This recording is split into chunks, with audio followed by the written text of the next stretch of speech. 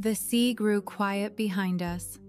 Gilvinus had carried us to the shore at dawn, me, my 4 children, all that I loved.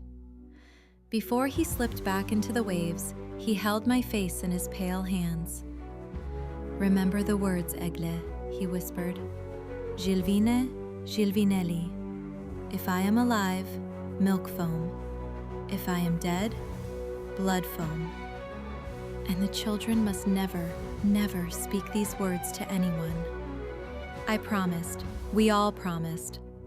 Through the misty forest we walked, my 4 children and I, past trees I had known as a girl, past the old well where I had drawn water as a child, and then the cottage, the thatched roof I had not seen in 9 long years. My mother, she was old now, so old, her hair gray as winter ash. My father leaned on a wooden staff, his eyes clouded but bright with tears. My 12 brothers, 12! They had become men, tall and grim. My 2 sisters wept into their headscarves. And they all looked at me, at my pale skin, at my strange dark gown, at my 4 serpent-born children with eyes I could not read. We feasted, we danced, we told 9 years of stories in a single night. But I noticed how the brothers stared at my children, how they whispered to each other when they thought I could not see. On the 3rd night, when the moon was full, the 12 brothers gathered in secret. I did not hear them, but my eldest son, Ajualus, did. They spoke of saving me. They spoke of freeing me from the serpent demon. They spoke of axes and iron and the sea. The next morning, while I tended to my mother, the brothers took my 3 sons into the forest, one by one. They asked them, they demanded, "How does your mother call your father from the sea?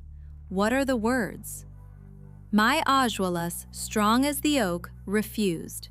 They beat him with birch switches until his back bled, but he would not speak. My Wosis, wise as the ash, stayed silent. They threatened him with iron, but he would not speak. My Berjas, gentle as the birch, trembled, but he would not speak. And then they took my little Drebulė, my fragile daughter, my aspen leaf, trembling with every breath. They surrounded her, they shouted at her, they lifted iron above her tiny head. And she, my baby, she broke. The forbidden words tumbled from her lips like blood. Gilvine, Gilvinelli, if alive, milk foam, if dead, blood foam. The brothers smiled, they thanked her. They walked toward the sea with sides hidden beneath their coats. And I knew nothing. I sang with my mother in the cottage, unaware that my husband, the king of serpents, the father of my children, was about to be betrayed by the very secret I had sworn to keep. What happens when you call your beloved from the deep, not knowing what answer the sea will give?